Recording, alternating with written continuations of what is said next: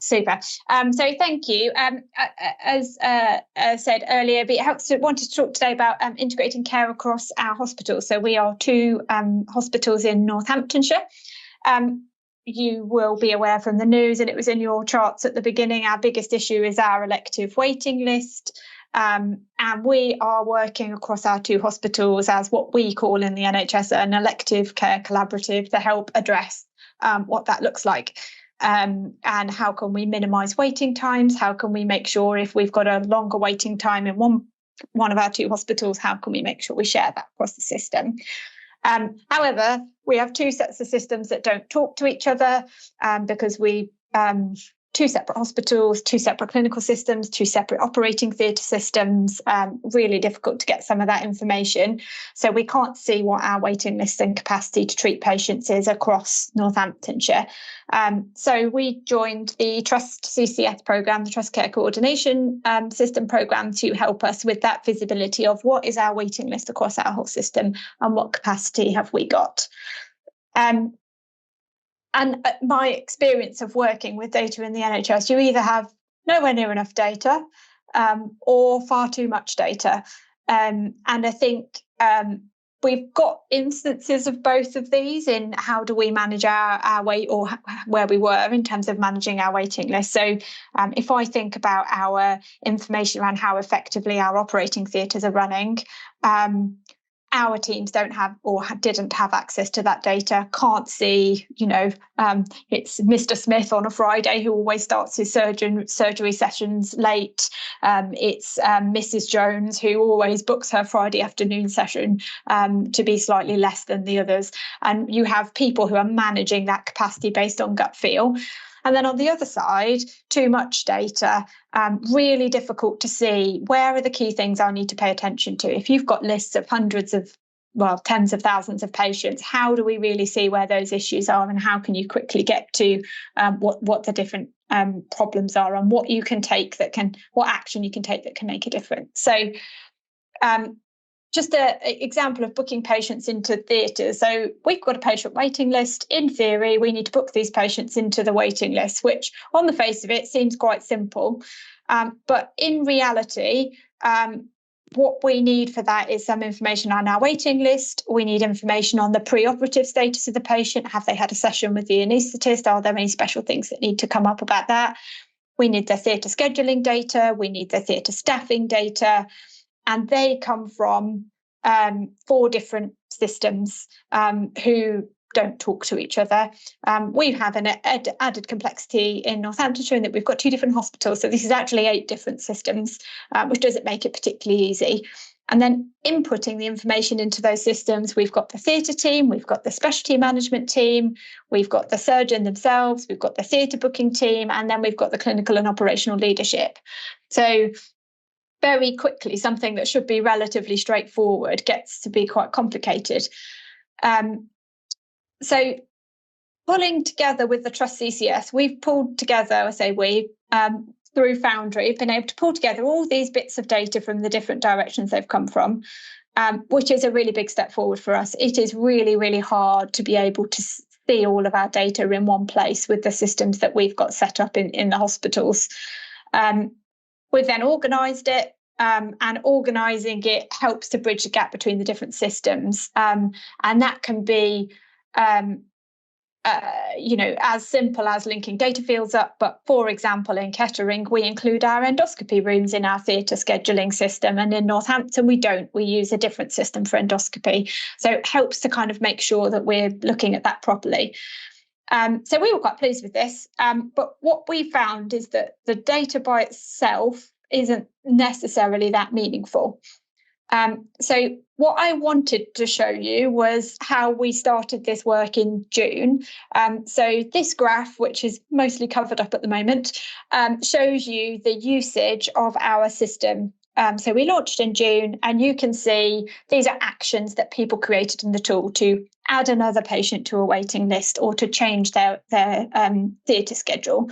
You can see we went, oh, great, we've got 100 actions in the tool. Isn't that good? People are using it. They're finding it really helpful. And then what happened was it was very flat, and we really struggled to help people to understand after the initial you've been on the training to really embed it in the way that they're working and doing something different around the way that we're booking patients. So we kind of took a step back. So we've got our data, we've brought all of that together, we've organised it. But what we then went back to is trying to make it work for different levels. And we initially started with, well, what do I need as Director of Transformation? What do our Chief Operating Officers need? What do our medical directors need? And actually, that didn't really work for what the frontline teams needed, who we needed to input the data, high quality data, manage their workload. So work with the team to understand the workflow outside of the system. How are people doing that? What will be helpful for them, and built that around them. Really clear on the governance. So really helpful having this data. Which meetings is it going to be used in? How are we going to use it? How are we making sure that people are accessing the information? What decisions are we making with that? And how can we evidence that we've made the decision in the right way? Design that then with the people who are using the tool, and particularly in here, because we're entering data and information, we're saying we want to do an action and book this patient, or we want to remove them from the waiting list because they no longer need care. It's really important that we're understanding how people are using that information. And then a bit of a lesson. I mean, I'm a bit of a data geek, and I think for people who love data, bringing it all together is you get quite excited. Oh, we could do this and we could do that, and it'll totally transform the way that we operate. But I think we probably tried to eat the elephant all in one go, and taking some small bites, making sure it works for people, embedding it, testing it, means that we've then got a platform that we can go on and do more things with it. And really just making it as easy as possible for people to do this. So we are working with integrating it into some of our additional clinical systems that will help with some workflows. We have some robotic process automation in Northampton, so we're looking at how can we write back into our clinical systems, which again just takes away some of that, I guess, activation energy for people using the system. So we spent a bit of time kind of consolidating, what does that look like? And then you can really see that was when we really started to kind of take off in terms of usage of the system, which is all very well. People are using the system. But what does that really mean in reality? So this chart here is our theatre utilisation for our hospitals. So the blue line is what percentage, so at the top it's 95%, and the kind of bottom of where the line is about 45%. So what percentage of our theatre time are we spending operating on patients? And the blue line are all of the specialties who aren't using our tools, haven't put in place and embedded the processes because we're working through a kind of pilot approach. And then the pink line at the end are the specialties who are using it. And you can really see the difference between having that data, getting the workflow right, putting all of the governance there, the difference in utilisation between those two lines. That's the equivalent for us of around 2,500 patients a year. Who are getting more treatment, who are getting their waiting times shorter. And in Northamptonshire, we have some of the shortest waiting times in the country. So I will stop there, but hopefully that's a bit of an overview, I guess, of the journey we've been on bringing data together, and then what that means in terms of getting people who perhaps are not used to using data to integrate it into the way that they work. Thank you very much, Becky.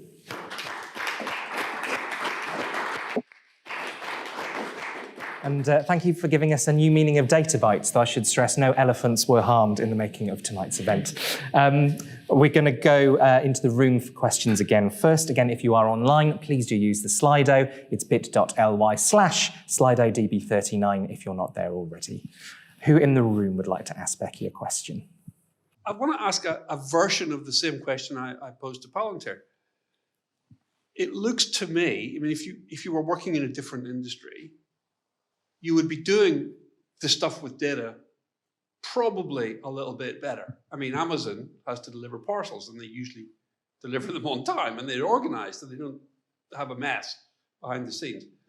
So the real question is, why is the NHS the way it is? What is the root cause of the fact that the data is not connected and people don't appear to know what to do with it until you get Palantir in, apparently.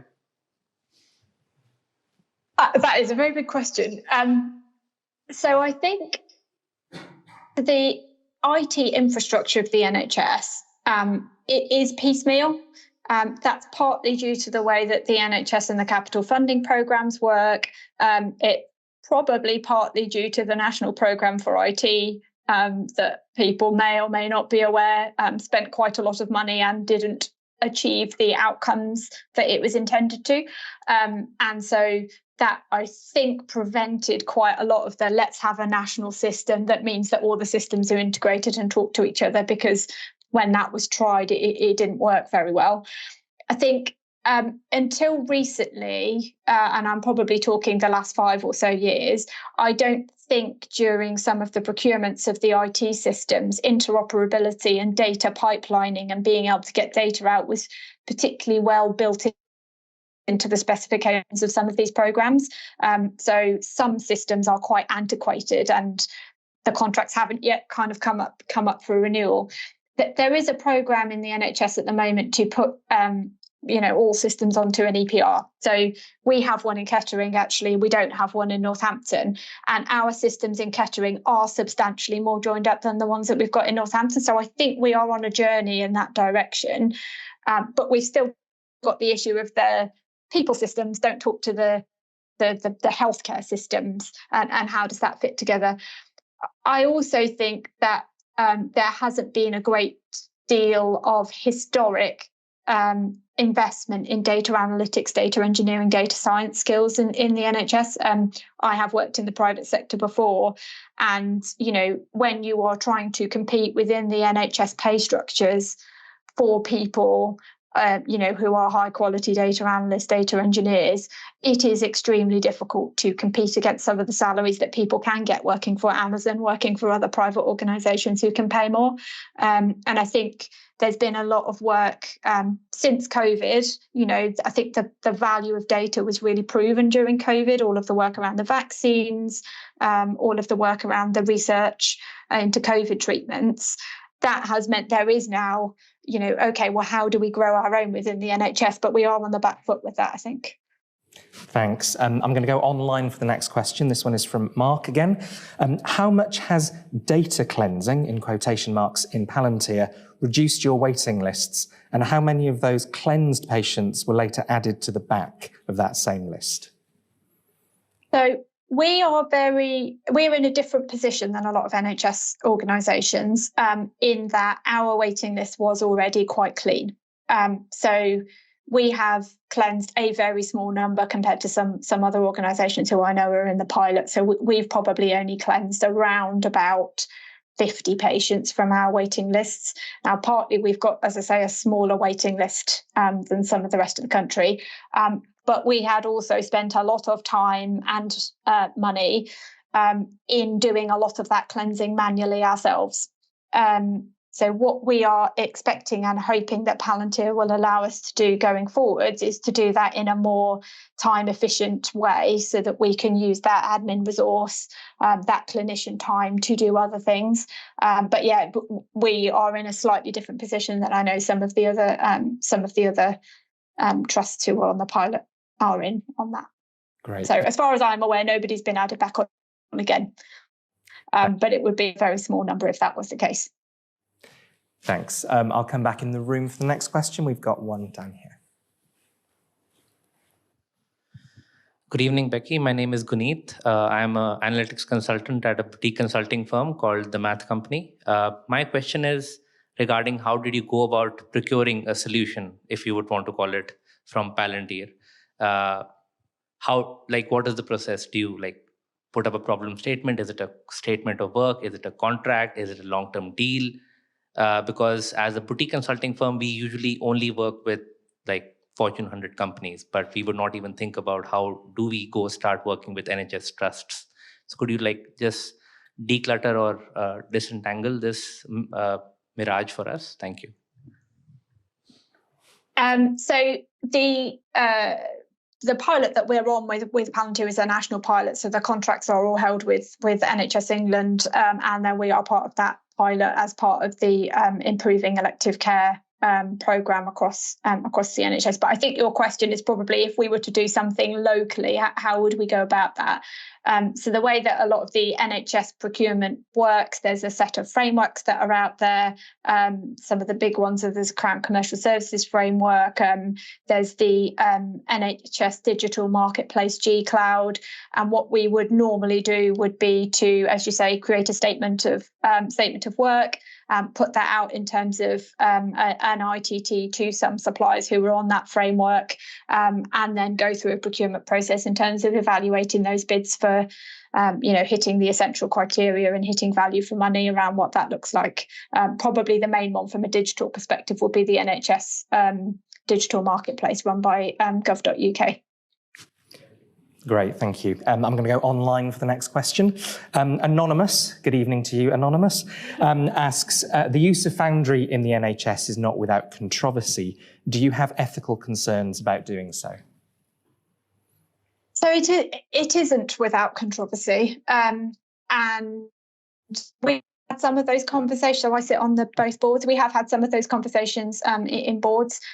We have really strong information governance in Kettering and Northampton. Our teams have won national awards. We have for information governance, which can be a blessing and a curse when you're trying to get data shared.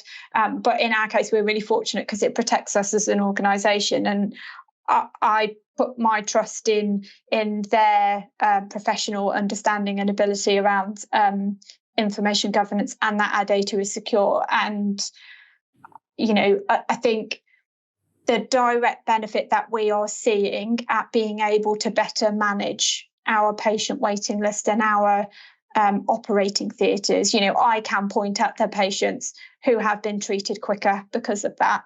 And that there are a set of very stringent data sharing, data processing agreements. Would I feel more comfortable if it was something that was entirely owned by the NHS?